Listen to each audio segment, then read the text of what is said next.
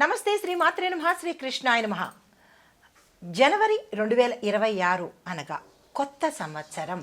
English calendar ప్రకారము మన అందరికీ ఇది కొత్త సంవత్సరం. ప్రతి ఒక్కళ్ళము 26లోకి అడుగు పెట్టేస్తున్నాము. 25లో పడ్డ కష్టాలు, బాధలు, సంతోషాలు అన్నీ ఉంటాయి, మిక్స్ అన్నమాట. బాధలు, సంతోషాలు, సుఖాలు, కష్టాలు, ఇలా 25లో ఏది ఎక్కువ శాతం అనుభవించామో ఇప్పుడు 26లో చాలా వరకు అనగా 26 డిసెంబర్ వరకు గోచార రీత్యా పంచాంగం ప్రకారము కాస్త ఊరటే అని చెప్పాలి. అంటే ఇది ఇంగ్లీష్ కాలమాన ప్రకారం, అంటే ఇంగ్లీషు క్యాలెండర్ ప్రకారము మనకి మళ్ళా ఉగాదికి మళ్ళా మనకి రాసులు మారతాయి. రాసుల్లో గ్రహాల యొక్క పరిభ్రమణం కానీ గమనం కానీ ఇవన్నీ మారుతూ ఉంటాయి. ఇది ఇంగ్లీష్ క్యాలెండర్ ప్రకారం మాత్రమే మనము చెప్పుకుంటున్నాము, ఇది గమనించాలి. మనకి అసలైన ఉగాది అంటే అసలైన పంచాంగం శ్రవణము అంటే అసలైన రాసులు కానీ లేదా అంటే అసలైన రాశి ఫలితాలు కానీ గ్రహస్థితులు కానీ ఇవన్నీ మనకి ఉగాది నుంచి ఉగాది వరకే. అయితే ఇప్పుడు ఎలాగో మనము జనవరిలోకి వెడుతున్నాం కాబట్టి జనవరి నుంచి ఏదైనా బాగుంటుందా అనే ఉత్సాహము ప్రతి ఒక్కళ్ళలోనూ ఉంటుంది. అయితే ఈ ఫలితాలు గోచార రీత్యా పంచాంగం ప్రకారము మనం చెప్పుకుంటున్నవి అన్నమాట. అయితే ఇందులో ప్రతి ఒక్కళ్ళు ఇది నా కోసమే అన్నట్టుగా కాకుండా ఇదే రాశిలో చాలామంది ఉంటూ ఉంటారు, కొన్ని వేల లక్షల మంది ప్రజలు ఉంటూ ఉంటారు. అయితే మాకు ఈ ఫలితాలు వర్తించటం లేదు అని ఎవరు బాధపడకండి. ఎందుకంటే అందరూ ఒకే సమయానికి పుట్టరు కాబట్టి, ఒకే సమయంలోనూ ఒకే ప్రాంతంలోనూ ఒకే డేట్లోనూ పుట్టరు కాబట్టి వారి వారి యొక్క ఫలితాలు కూడా తేడాగా ఉంటాయి. మనకి ప్రత్యేకంగా మనకి ఈ సమయంలో ఎట్లా ఉండబోతోంది అని తెలుసుకోవాలనుకుంటే కనుక మనకి వ్యక్తిగత జాతక పరిశీలన చేసుకుంటేనే మంచి ఫలితాలు అంటే కరెక్ట్గా అక్యురేట్గా ఫలితాలు వచ్చే అవకాశం కనబడుతుందన్నమాట. సరే, ఏది ఏమైనప్పటికీ మనకి 2026 జనవరి 1 నుంచి మనకి ఎలా గ్రహస్థితులు ఉంటాయి, ఆ గ్రహాలు ఇచ్చే ప్రభావాలు కానీ ఫలితాలు కానీ మేషాది ద్వాదశ రాశుల వారికి ఎలా ఉండబోతోంది అనే అంశాన్ని మనము పరిశీలిద్దాము. ప్రేక్షకులకు మెగా9 టీవీ భక్తి ప్రేక్షకులకు హ్యాపీ న్యూ ఇయర్ శుభాకాంక్షలు. అయితే ఇప్పుడు జనవరి 1, 2026 పంచాంగం ప్రకారము ఈరోజు నూతన సంవత్సరంగా పరిగణించబడింది. అయితే శ్రీ విశ్వావసునామ సంవత్సరం దక్షిణాయనం హేమంత ఋతువు పుష్యమాసం శుక్లపక్షము. ఈరోజు సూర్యోదయ సమయము ఉదయం 6:50 సూర్యాస్తమ సమయం సాయంత్రం 5:49. ఈరోజు తిథి త్రయోదశి మనకి రాత్రి 10:21 వరకు, తదుపరి చతుర్దశి తిథి ప్రవేశము. నక్షత్రము రోహిణి నక్షత్రము రాత్రి 10:46 వరకు, తదుపరి మృగశిర నక్షత్ర ప్రవేశము. వర్జ్యము మధ్యాహ్నం 3:42 నుంచి సాయంత్రం 5:07 వరకు. దుర్ముహూర్త సమయము ఈరోజు మనకి 2 సార్లుగా వచ్చింది. అది మొదటిదిగా ఉదయం 10:29 నుంచి 11:13 వరకు, తదుపరి తిరిగి మరలా మధ్యాహ్నము 2:53 నుంచి మధ్యాహ్నం 3:37 వరకు. అయితే రాహుకాలం మధ్యాహ్న సమయంలో 1:42 నుంచి మధ్యాహ్నం 3:04 వరకు. యమగండ కాలము ఉదయం 6:50 నుంచి ఉదయం 8:12 వరకు. అయితే బ్రహ్మముహూర్త సమయము తెల్లవారుజామున 5:14 నుంచి 6:02 వరకు. అమృత ఘడియలు మనకి రాత్రి సమయంలో వచ్చాయి.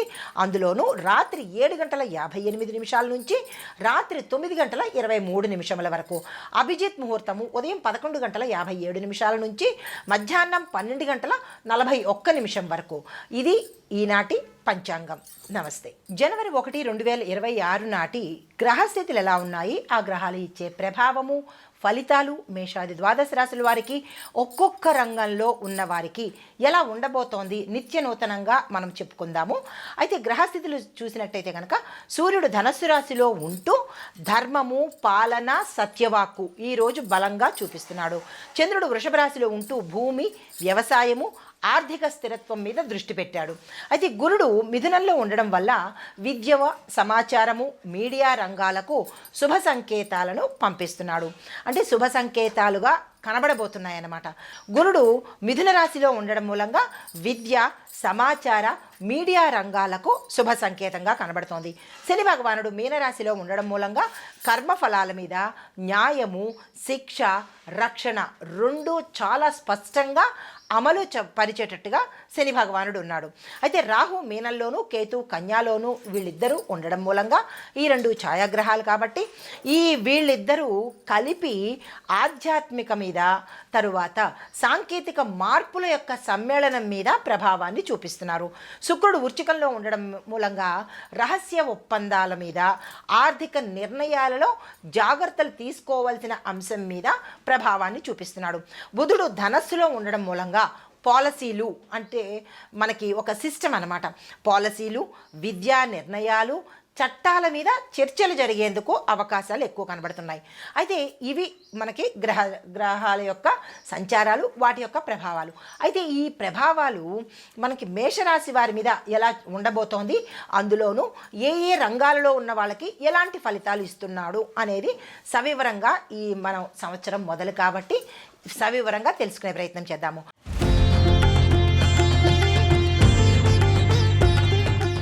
ఈ రాశి వారికి ఈ రాశిలో ఉండే విద్యార్థులకు చూసుకున్నట్టయితే కనుక చదువులో ఒత్తిడి ఎక్కువ ఉన్నప్పటికీ సక్సెస్ సాధిస్తారు. మనసు కొంచెం చంచలంగా ఉంటుంది, కంట్రోల్ చేసుకునే ప్రయత్నం చేయండి. ఏకాగ్రత లోపిస్తుంది, జాగ్రత్తలు తీసుకోండి. అయితే విదేశీ ప్రయత్నాలు ఎవరైతే చేస్తున్నారో వాళ్ళకి సక్సెస్ అయ్యే అవకాశం కనబడుతోంది. Medical, education, music, fine arts, research ఈ రంగాలలో చదువుతున్న వాళ్ళకి అద్భుతమైన విజయాలు సాధిస్తారు.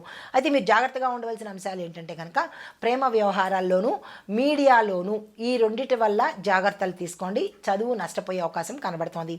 తర్వాత ఉద్యోగము, ఐటీ, ప్రభుత్వ, ప్రైవేట్ రంగాల్లో చూసినట్టయితే కనుక ఉద్యోగంలో ఒత్తిడి ఉండి మారదామా అన్న ఆలోచన కూడా వస్తుంది. అయితే అధికారులతో విభేదాలు ఉంటాయి, పనులు ఆలస్యంగా జరుగుతాయి. తర్వాత కొంతమందికి ప్రమోషన్స్ రావడము, కొంతమందికి ప్రభుత్వ ఉద్యోగంలోకి వెళ్లేందుకు కూడా అవకాశాలు గోచరిస్తున్నాయి. ఆ దిశగా ప్రయత్నం చేసుకోండి.